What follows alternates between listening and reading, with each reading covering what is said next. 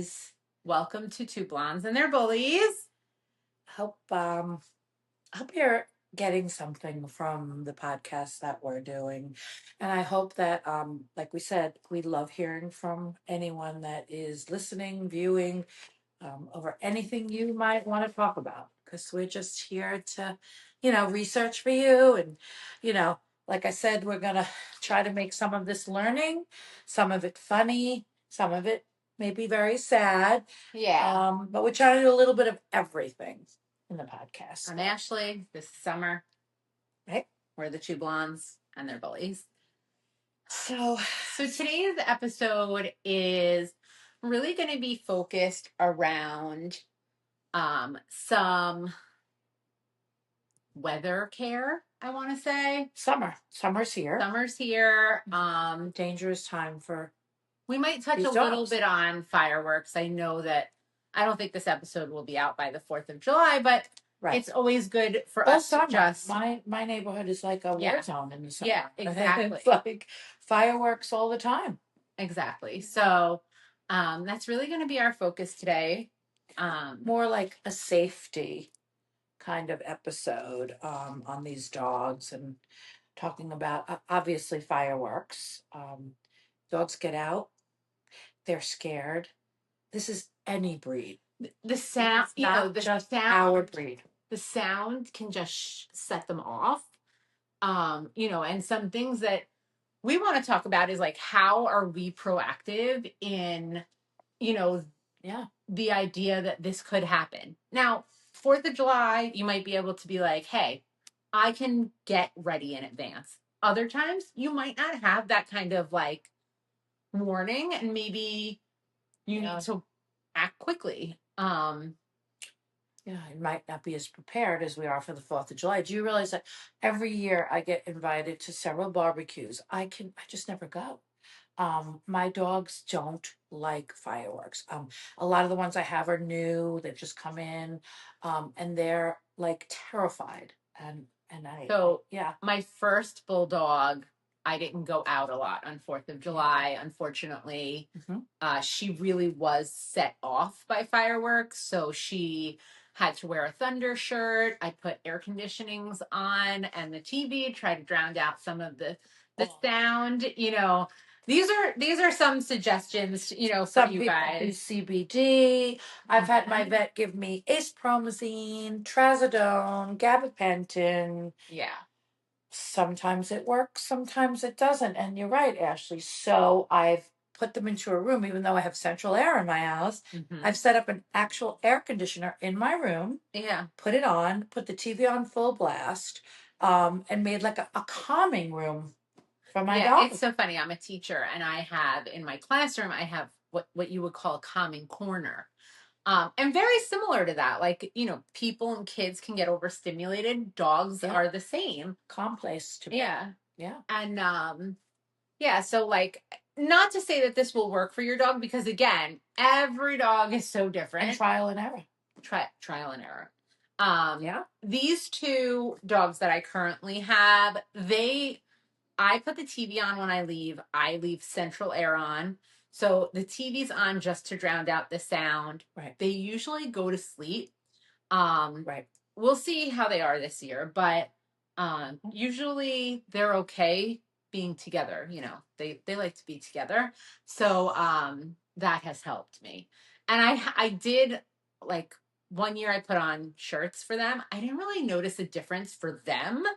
You have to know your dog, right? Like my first dog. You mean like a thunder shirt? Like a thunder shirt. Okay. With my first dog, I bought like a special thunder shirt. It was like a little bit snugger on hers to kind of, it's kind of like a weighted blanket for people. Like, exactly. Well, you can use them, the idea of that. I do have a couple of dog blankets that are weighted. Like weighted blankets. Yeah. Yeah. My daughter used one of those for years. Yeah. It was like to help calm you. Yeah. so similar. There are medications, like Summer was saying. And you know what? Sometimes they've worked on a dog, sometimes they haven't. Right now I have a dog that is a hydro dog. I don't know if you know what that is. And he's a he's got a big head. He's so cute. Everything sets him off. Big Like head. he doesn't like Eyes are a little wonky. yeah, when this starts going on, he's pacing back and forth and pacing back and forth. And we're kind of prepared with what we have to do. So we've been testing different things out. If I know that we're gonna have a storm, and we've had a lot of thunderstorms. So I've been getting a little, better with how to calm him. And most of the time, it's a calming room, like you're talking about, and just Right, I kind would of say, hanging like, with him. dim lights, Yeah. Yeah. So yes and no. So it's funny that during fireworks, yes, but if there's a real big thunder and lightning flash, right? I have to keep all the lights on Yeah. so he doesn't see that. I mean, it gets affected differently, obviously, because of his condition. Yeah. But the thing is, this is the thing. If now is the time to make your house as kind of accident proof. I'm going to call it because it is an accident. Number one, if it's like 4th of July, obviously this it's going to reach you by then. But if it's a time in your neighborhood, like I know all summer long, my neighborhood is like really crazy. Or if you're expecting a storm and there's going to be a lot of noise, please make sure nobody needs to go out of your front door. Like close your front door, put a lock on it, and if anybody needs to go out, hopefully you have a back entrance or some way to go out the back. Or if, especially with kids, if you have like they're not a looking vestibule, underneath. Correct. That's like kind of like a manhole. Make sure like it's closed. that's better. Safe, and go around your fenced area. Sometimes after a storm, a fence can get loose, something can move. Gardeners. See how many times my gardener would leave my gate open? Okay. That doesn't happen anymore. I have a lock on my gate. My gardener cannot get in unless I open my gate with a key. Because that has happened. I read about this. I'm on Facebook. I see this all the time. I know. It's very sad, actually. So the idea is that any of these storms can spook a dog, right? And we don't want accidents of them getting out and lost. Yeah. So that's another thing. People say put an air tag on your dog. Do this to, you can all do these things that you can. I know that people down south that are waiting for these big tornadoes and stuff. Do you know that they take a Sharpie? I'm not kidding, and they write their phone number and name on their dog's belly. I learned that recently. Yeah, I did. I guess in an emergency. Because, like, if the dog gets out or if there's a flood and something happens. The air tag, keep in mind, but they can get lost. I have an air tag on my son's bike. Because, right. But it has to pick up the Wi-Fi. So it's not in live time. And that's something to keep in mind. Right. It's not in live time. And your dog is running through the And what if it falls off? What if it falls off, gets caught on something? I mean, 100% everybody should have their dog chipped. Chips. So that's 100%. Talk about it, because that's what I was just going to say. Yeah, I mean, an up-to-date chip. So I'll explain one thing. People always ask me, do I need to register my chip every year? Do I need to register? If you chipped your dog at any time in his or her life, that is what is on file. Like it never changes. Like I've gotten dogs and then I've had chips from like 5 years ago. It never changes unless you change it. So that will always be on file somewhere. Right. Chipping your dog is the most important thing you're ever going to do for your dog. Right. Ever going to do for your dog. Yeah, no, definitely. And I think just the idea of it is like a little bit of safety net. Like it's just, God forbid, they do get out. Somebody finds them, brings them to a vet or something. That's right. They'll scan them and then they see who it's registered to. And then they're like, okay, they can call, myself or my husband. Like both my dogs are registered. But me. You may not see it. I mean, there's a lot of social media out there. We're really lucky today where there's all these lost dogs. Guys, I know here on Long Island we have a ton of them.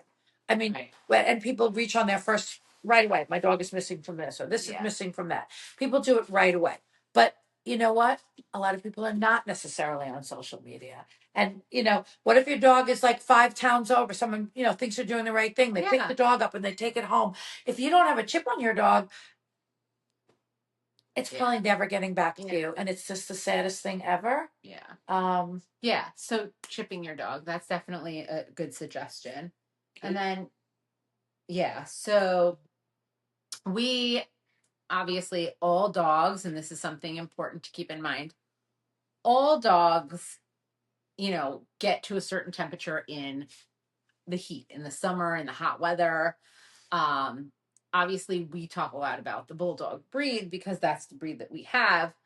And something important for everybody to keep in mind is that this particular breed, they can't cool off quickly.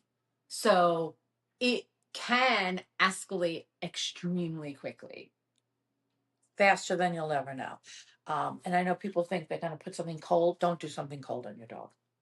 I wouldn't, I mean, I think that there's a lot of techniques that people have talked about, but I think that, it's important to know the right technique, not just like, oh, I'm just going to like spray my dog with cold water, right? Like that's not necessarily going to cool your dog down.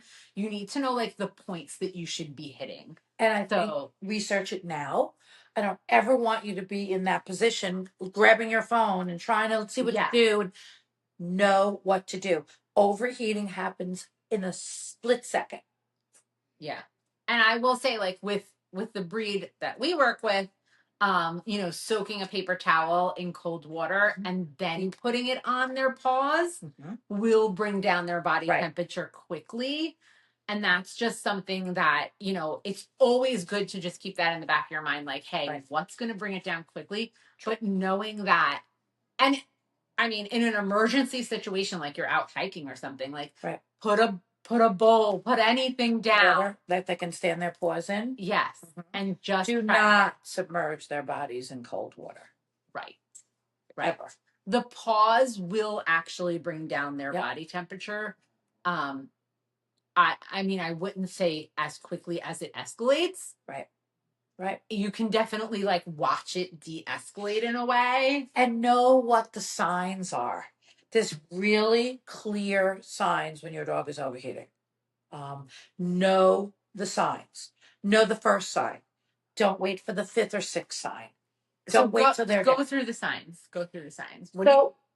What my experience is, first of all, they will start to drool excessively. Okay, you got to watch their gums. Their gums will turn and they they'll change get color, change a color. little lighter. They become like almost like pass out mode.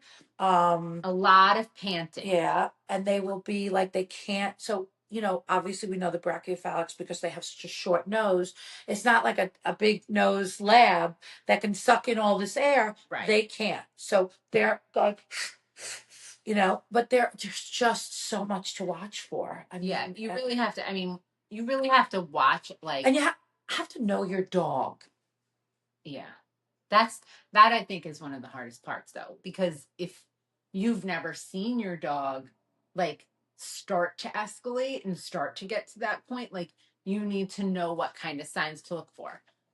I always tell people like in hot weather, this breed should not be outside for very long. They will vomit also. Oh, that's another sign. That's actually when you're at a pretty critical state. Yes. That's where you and that can happen in 5 minutes, so you don't want to do it. But that is the truth. That what you just said, Ashley, was worth $1 million. And what did you say? You just said, don't bring them out in this. Like, I mean, don't take. I always say to people, so when they say to me, well, what if my dog wants a walk? Okay, you know what? And it may not work every day, but then be up at 6 a.m. Yeah. Okay. And don't ever take your dog around blocks for walks. That's just in never the summer. Work. I will wake up like 6 a.m. I know that sounds crazy. If you know, and I will walk my smaller dog 4 houses and back. Correct. Because that's what I know. Because it's when the air gets that mugginess about it. Yeah, we can't breathe. It's difficult. I was going to say that it's difficult for us to breathe. 100%. But they're like heightened, right? So I'm always thinking like, what can I do to help them? Whatever. Right. My little one had a boa surgery, so she does have a better. her nostrils were widened. They did the nares. Yes. They did her saccules, right? Yeah. So she's got a better, clear path. And my bigger one too, actually. I mean, she didn't really have that. You know, but it can, overheating can happen also, you know, like I said, know your dog. I have a Frenchie that was staying with me before he got adopted. Frenchies too. And he loved the fence line. Okay. And if my neighbor would come home from work and be outside he would run the fence line. I couldn't catch him. He didn't want to come in. Yep. And there was one day when I could see this dog was definitely going to overheat. So I thought, quick. I came in, I got a slip lead. I slipped, got it around him as he was running, and I got him in the house. I saw it. I saw the panting. I saw his mouth open so wide. Yeah. There was like it almost looks like they're smiling. Right. Like it's I just knew it was he was running back and forth. And it wasn't even a 90-degree day. He just got himself in that state. And I knew I needed to do something quickly. That's a good point. Like, even if it's not too hot. I ran right in the house. And you saw the signs before and you were like, and just so you all know, the reason I couldn't grab him, forget about just the running, but he's a biter. That was an important If I grab his collar in the beginning, I mean, obviously we work with him. He has trust. He came from a bad situation. But at that point, when he had just come in, if I would have grabbed his collar, I would have had like 3 more bites than the 5 I probably already had from him. So I knew I had to think quick. And I grabbed a slip lead, which I have them in my house. They're all over. I mean, slip lead is your best friend. Have one in your car. Yeah, it's always good to keep one in the car too. Yeah. I mean, I've found I've had dogs running in front of my car and I've slip leaded them. You know, so that's a good thing. But anyway, so I ran right out, and as he flew by, I lassoed him, slip lead, you know, and I just stopped for a minute. He stopped. I got him to kind of calm down a little, and I took a couple of treats and I walked him into the home. And it was not a 90-degree day. I'm just letting you know. It was not that hot. Speaking of these 90-degree days and it being summertime, what about a pool? Yeah. So, I mean, we've been lucky, and when I say lucky, I get calls all the time about people whose dogs have fallen into a pool and drowned. And it's not necessarily bulldogs, it's not necessarily Frenchies, although they cannot swim at all. People will argue with me, and there are people's dogs who can swim. And I have friends that have them. Mine will sink to the bottom like a lead weight in a second. I mean, they just don't. They just get there. They freak out. They feel the water. They get all freaked out, and they're done. So that's a very good point. Pool safety is really important. Obviously, the best type of pool safety is to have a complete fence around your pool. And I'm not talking about your property. Right. Here we have to have property fences. For pools, it's the law where we are, but there's a lot of places there probably is not. But there should be a safety fence around your pool. I realize not everyone, wants to do that. Not everyone has the money to do that, but there are ways to put fences in and not necessarily have to do the whole pool. So, like, I know a friend of mine has a pool that's kind of set back a little, but she has a fence on one side and the other side there's a garage. So she had a long fence put in that attached to both. So it wasn't like, $10,000 for a dog fence. It was like $1,000. So there are ways to do it, and there are other fences, especially if you have a loop lock. I was going to say it's also important for you to have a loop lock for the winter, just as a safety cover on your pool. That one that they say an elephant could walk on. My daughter thinks it's smart to run across them. Yeah, she's the teenage. So obviously pool safety in the summer is a lot harder than the winter, because in the winter you put this loop lock cover on. It's amazing. And the fences come down, the cover goes on. And it's actually pretty funny because when it snows, I always know as I look out my window, I let the dogs out, and then I have a big giant door that goes to the back, a big French door. And I will be standing there watching the dogs, 'cause I'm not leaving them out alone. And I will see them all like run across the pool. It's like a game for them. It's like there's ice, there's snow, there's water, and it's fun. So that's kind of cute. But one thing I also just want to touch upon is, especially when we're talking about safety, doggy doors. So doggy doors are a big one for me. I think that a lot of people think that they're almost like harmless, but they're so dangerous. If I know people say, "Oh, I only leave it open when I'm home." But are you always right by the door? Are you always right? So if I'm doing laundry, right, and I'm upstairs, right, my dog goes out, and they can overheat. Then I'm folding my laundry, and that's they're overheated. 30 minutes, and they could be dead. Right. You know, You're right. And we do have a couple of people that do work from home, and their doggy door is right where their desk is set up. I get And they're that. right there. And we've had this conversation with people, but I've also had people, and this is just mind blowing for me. I've had people that have filled out applications and they have a doggy door. We do home inspections, so you can see the doggy door. And we'll kind of say to them, what's with the doggy door? And we'll see it's open, and you could tell the ones that get closed. You can tell. You can tell by the wear on the door. You can tell where how it gets closed, how it's installed, right next to it, or moving it. Or is it one that's on the outside, and then when you actually close your inside door, there is no door that can get out. There are ones like right. Like if it's like on the and I get people that say to me, "What are you talking about?" I go to work during the day and I leave my doggy door open. I'm like, wait. You're out of your house for 8, 9, 10 hours a day. Yeah. And you leave your doggy door open. They're like, yeah, my dogs love to. Now, these are not brachycephalics. I want to tell you that. Yeah. They're just regular dogs. And I said, do you understand? I have heard stories from people. Forget about the fact that your dog is outside. What if an animal gets in? Yeah, that's what if another dog from the neighborhood that's not friendly jumps your fence? So forget about the fact that your dog runs right back in the house. But guess what? So does that other dog or animal. So I had a recent story of a woman that came home and found a raccoon in her house.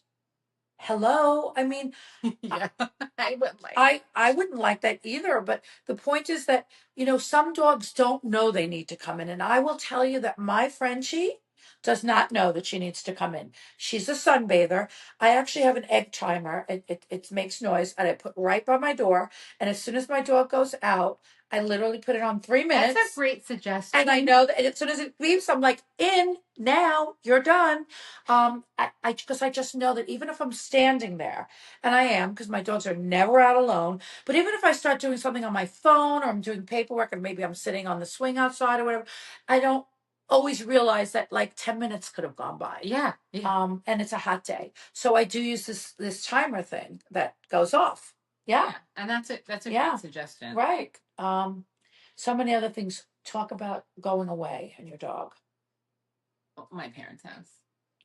So also like there's so many things. So I know that people also like talking about bodies of water. Like I go to my parents' house. They have a house on a lake.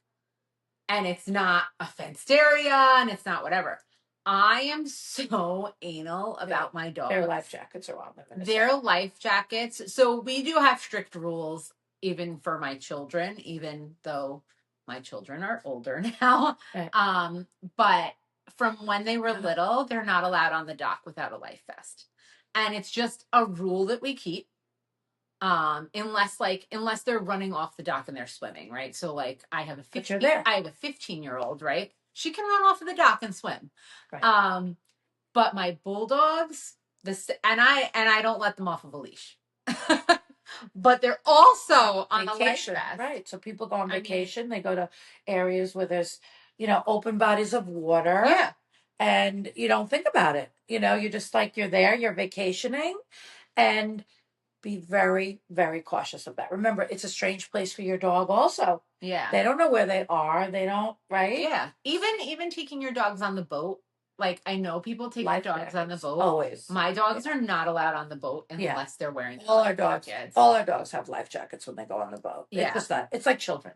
They're not going on without a life jacket. Yeah. I get it. And that should be everybody's rule. I mean, that should be. But don't think that your dog can. Things can happen. Things can happen. Someone, God forbid, hits your boat and everybody goes flying or it turns over or whatever, and your dog is there. I mean, you want safety for them. Buckle them in the car. Right, me too. My dogs have doggy car seats and they have buckles. Yeah. Like for my big one, I definitely use a seatbelt. Yeah. The little one too also uses a seatbelt. She should probably do like a 5-point harness, but everybody's going to start vacationing, whether it's just a weekend away. And that's another thing. who you're leaving your dog with. Please. Yeah. I can't stress this enough. You cannot imagine the horror stories that are out there. Please don't go on Facebook and just ask someone and then they'll go, oh, I do it. It's $20 a night. Please make sure you know this person or that you know people that have used this person. Please go visit their home. Please go see what their protocol is. I can't stress this enough. Or even the places, like if you do board your dog, like Right. there's nothing against boarding your Right. dog, but we like use I like Houndstown. because Houndstown is great. It's great, and we use here on Long Island, just so you know, like because not everyone is on Long Island. Yeah. And we use Bark on Park, who is amazing also. Yeah, they're in Bayshore. And we try to use people. Make So- it someone you know. I know. I'm also, and this is just me. I'm also pretty crazy Houndstown about. we use in Garden City, by the way. Yes, I'm also. She's amazing. She is, Colleen. I'm also pretty crazy about like at night, like the place that I leave my dogs has somebody there at night. Right. And that's hard to find. That's hard to find. Right. Right. Yeah. What if something happens to them overnight? I know that sounds crazy, guys. I know. You know what? For the longest time, I always left my dog at these places, and they got great care there. And I'm never going to say that. And there are always accidents that happen, and it's a horrible thing. Yeah. And we do try to keep our dogs as safe as we can. Listen, if you have family that will take your dog while you're away, obviously My parents always watch my that's dog. but you were away in you went for a couple Yeah, of weeks I went to Europe. I went to and Europe. her dogs were at one of the places we use, which is Bark on Park. That's if you're out in Suffolk, and The if owner you're is here, also Crystal, she's so amazing. amazing. I mean, amazing. Yeah. And she has a great staff. And then we're here, like in the Nassau area, we use the Houndstown in Garden City. The owner is Colleen, and she's awesome. and her staff. You like the love that you feel from both of these places when you bring Very them up there. You're friendly. comfortable. You can leave. Please just don't randomly find someone. Please don't let money be a factor. That's never going to be a good thing. Never going to be a good thing. I know people ask me about Rover all the time. Please don't take this the wrong way if you're a responsible Rover person. But please make sure that whoever you're leaving your dog with has accountability. The company you're using, if you're using a big company, has accountability, because some people have had issues with them and they don't have any way of, what's the word I want to say, vetting their people and knowing, and they don't take responsibility. Again, I'm going to say this is not meant at every person that works for Rover or has used Rover. Along with every good, it's just that we're just saying do your homework. Just do your homework. Everybody should just do their own homework. Whatever you feel comfortable with is what's going to be right. 100%. So I think this was a good episode about safety. I think I hope we didn't read anybody the riot act too much. Right. Yeah, I agree. But you know what? Better this come off that way than you ever have to cry from something that happens. Yeah, I mean, to your dog. Listen, spread the word. Right. We're not experts, but we're sharing our experience. This is our experience, and especially with the rescue, we get a lot of people that ask us and say, "I'm going away. What should I do with this?" Or I'm going, And the truth is, along with that, do come some stories that are not always good. Yeah. So we're just trying to share our little bit of something with you. Our little piece of advice. Right. All right. Well, thank you so much for listening. Yeah. Thank you, guys. Feel free to comment or email us or message us on Facebook or Instagram. Follow us. Follow us. We'll see you next episode. Thanks, guys.